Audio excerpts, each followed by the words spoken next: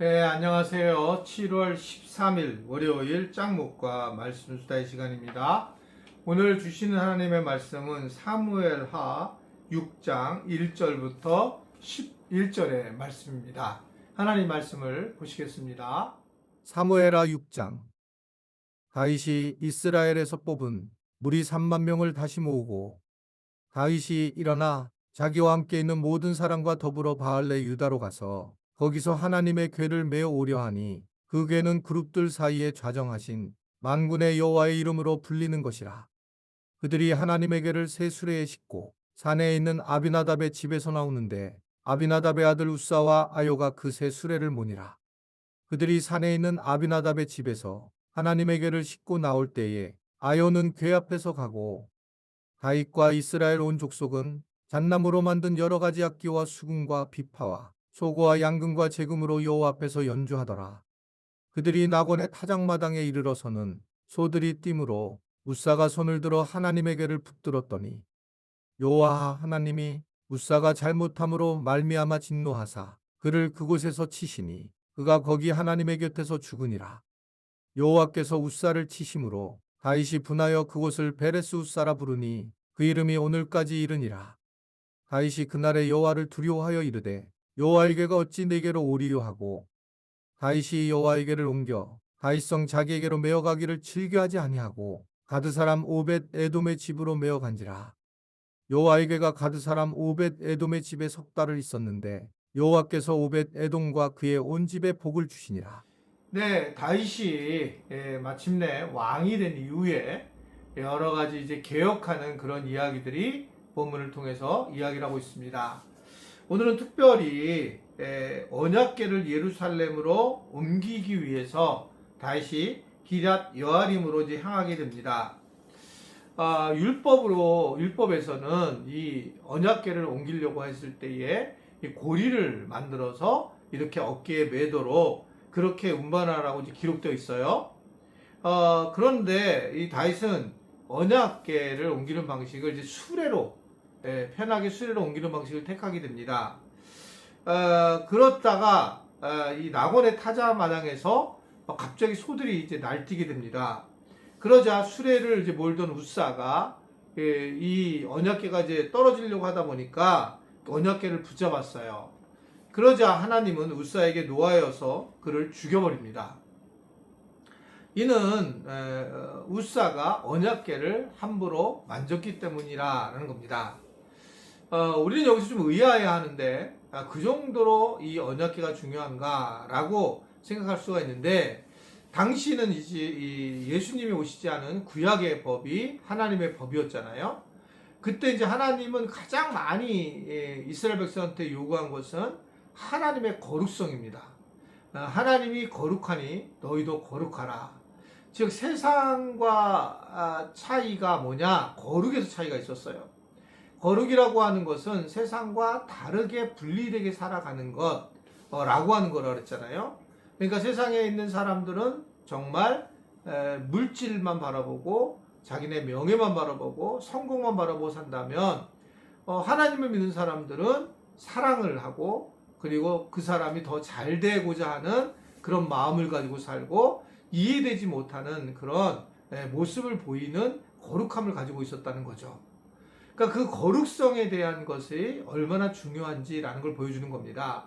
그 거룩함의 상징적인 부분이 이 우사가 그 언약궤를 만졌을 때에 죽임을 당할 정도로의 중요함을 이야기를 하는 겁니다. 그러니까 이게 이제 액면 그대로 문자 그대로 해석하는 분들이 왕왕 계세요. 그러니까 문자 그대로 해석하면 그래서 교회에 있는 모든 것들이 성물이라는 거죠. 그러니까 교회에 있는 강대상 같은 것들을 갖다가 함부로 만지면 안 돼 라고 하는 생각을 가지고 있는 거죠. 물론 만지면 안 됩니다. 그러나 그런 것들이 성물이 아니에요. 실제로 성물은 사람들이에요. 사람. 그러니까 교회에 있는 많은 것들은 교회에 필요한 방식인 거죠. 방법이고 교회에서 그러한 방법들에 따라서 잘 어떻든 사용하는 것이 중요하다 이렇게 보여지는 겁니다. 그러니까 그 생각이 나나요. 우리 교회 건축을 할 때 지하에 이제 시멘트를 이렇게 골격을 세우고 난 다음에 내려가면 아니 특히 지금 제가 예배를 드리는 그런 있는 중앙에서 담배를 피는 거예요, 교회 안에서. 지금 생각하면 제가 좀 철이 없었는데 그때 내가 막 화를 했어요. 아니 여기가 예배 드릴 장소인데 담배를 피면 되냐 라고 하는 것들 내가 이제 이분들은 이제 어떻든 간에 그냥 무슨 건물 안에서 폈는데 내 입장에서는 이게 예배당인 거예요. 지금 이제 본당. 그래서 이제 그때 화를 냈던 적이 있는데 근데 그분이 지금 생각하면 정말 선하셨어요.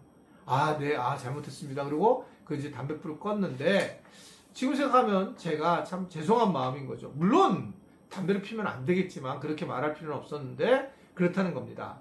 그러니까 우리는 건물조차라든지 뭐 이런 거조차를 거룩하게 보지만 실제로는 사람이 거룩해야 된다라고 하는 거고 그것에 대해서 거룩성을 지키는 것이 얼마나 중요한가. 하나님의 존재와 사람의 존재는 거룩에서 나타나기 때문에 이 거룩을 강조하게 되었다. 그렇기 때문에 무사가 죽었다라고 하는 것을 볼 수가 있습니다.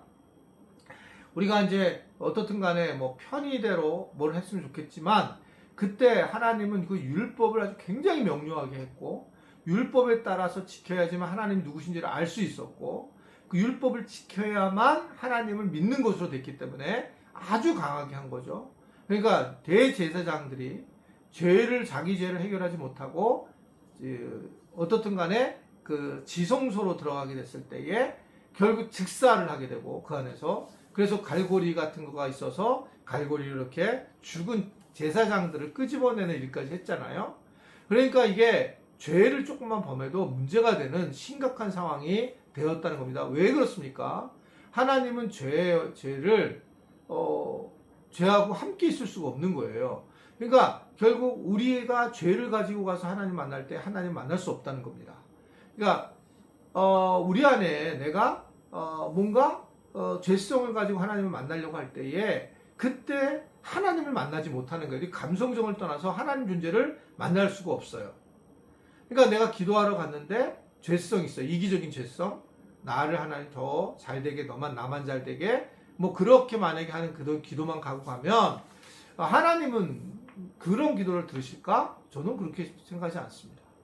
그러니까 이기적으로 정욕적으로 구하는 것에 대해서 하나님 관심이 없다 이렇게 얘기를 하는 거잖아요.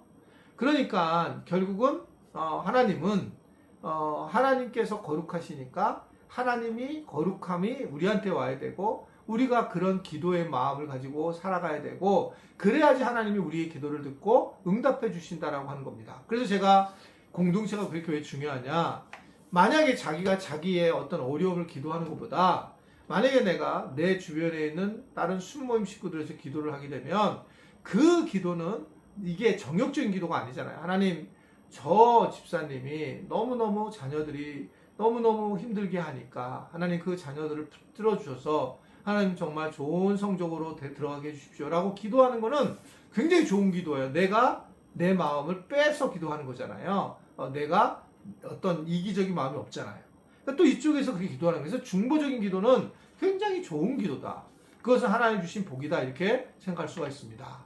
어떻든 이 율법의 명료함을 다시 보여주면서 하나님께서 하나님이 누구신지를 자꾸 정확히 알리려고 하는 것들이 오늘 본문에서 우리에게 주시는 내용입니다. 아무쪼록 우리 교인들도 하나님이 두려워할 줄 알고 우리의 죄를 가지고는 하나님 앞에 나오지 못하는 걸 알고 더 믿음의 깊이를 경험할 수 있는 은혜가 있기를 간절히 바랍니다. 기도하겠습니다. 하나님, 7월달 이 무척 더움에 갈 텐데 건강 지켜주시고 또 특별히 말씀 수사를 들으면서 믿음의 성장도 하는 은혜를 누리도록 주님이 함께하여 주옵소서.